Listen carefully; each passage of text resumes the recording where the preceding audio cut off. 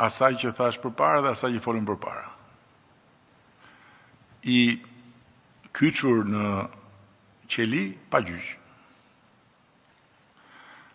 Dhe ndërkohë vazhdon kërkimi i provave. Unë akoma se kam marrë vesh çfarë ka bërë konkretisht, personalisht, që t'jemi të qartë. Nuk e kam kuptuar çfarë ka bërë. Korrupsion në kuptimin e fjalës korrupsion nuk kam parë. Mbase nuk e kam parë unë. Por unë di një gjë që çdo qytetar i kësaj republike, i cili nuk është pjesë e organizatave kriminale, dhe kur flas për organizata kriminale, nuk flas për këtë konceptin e ri që ka dalë tani grupi strukturuar, e kupton? Se grupi strukturuar do të thotë një grup njerëzish që ndajnë një qëllim të përbashkët, që punojnë natë e ditë për qëllimin e përbashkët dhe që bëjnë keq për një qëllim të përbashkët.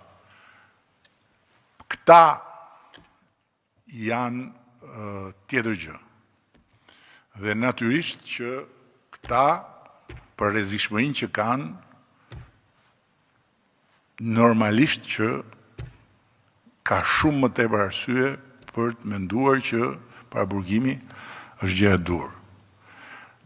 Dhe pastaj përjashtor rastet e veprave të rënda ku përfshin dhe korrupsioni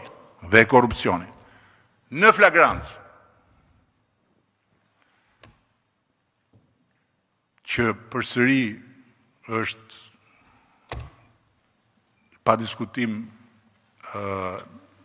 fare natyrshme që të përfundoj në paraburgim, të gjitha rastet e tjera të paraburgimit duhet të jenë shumë të argumentuara. Shumë të argumentuara. Unë argumenta paraburgim, përveç se ashtu si thot Këshilli i Evropës, nuk kam parë. Gjërat përgjithshme, rrezik për prishje provash, rrezik për intimidim, siç ja bënin Hashim Thaçi, rrezik për intimidim e morën nga zyra, e rrasën brenda pa i ngritur akuzë akoma, e kupton? Pastaj doli akuza, është akoma atje. Po dali pa fajshëm, çfarë do ndodhi? Kush ja kthen ato vite mbrapsh? Kush ja kthen ato vite mbrapsh?